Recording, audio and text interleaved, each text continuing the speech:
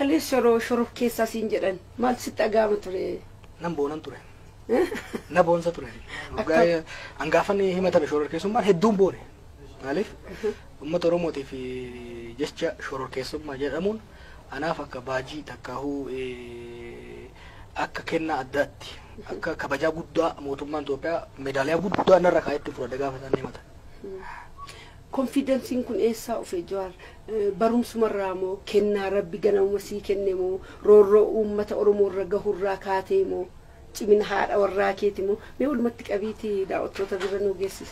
Tokkoffaan qabsootti hin dhaladhe. Abba sadaffaarra jirra. Naannoo itti dhaladhetti ijoollee naannoo abaa'uun ture waan ta'eef roorroo uummata keenya irra gahu nan beeka. Qabsaa'ota jalatti guddadhee nan beeka. San booda barnoota cimsadhee jira. Waan hin baradhetti immoo sirriitti dubbisee sirriitti qayyabadhe. San caalaa garuu uummata Oromoo nan beeka. Sirriitti beeka. Uummata Oromoo sirriitti waan hin beekuuf hanga paaspoortii kiyya na haaromsee deeritti nan dhudhufan ture.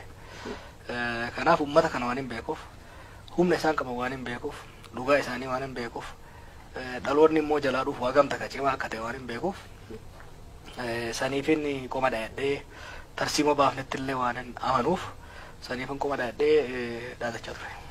Haati manaa keessa dubartii cimtuu ilaalchi siyaasaatiinis barumsaan waan hundaan dubartii cimtuudha yoo mee waa'ee arfaasee xinnoo daawwattoota bira nu geessise.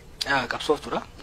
Akkuma biyya sanitti agartee waldaa dargaggootiin eegalle waldaa dargaggoo keessatti warra bu'uureessina dura warra bu'uureessa keessaa nama hedduu uummata kana jaalattu nama uummata kanaaf keessattuu biyya Ameerikaa keessatti ijoollee jalaa dhufanis warra qaree ol guddisee nama cimtuudha.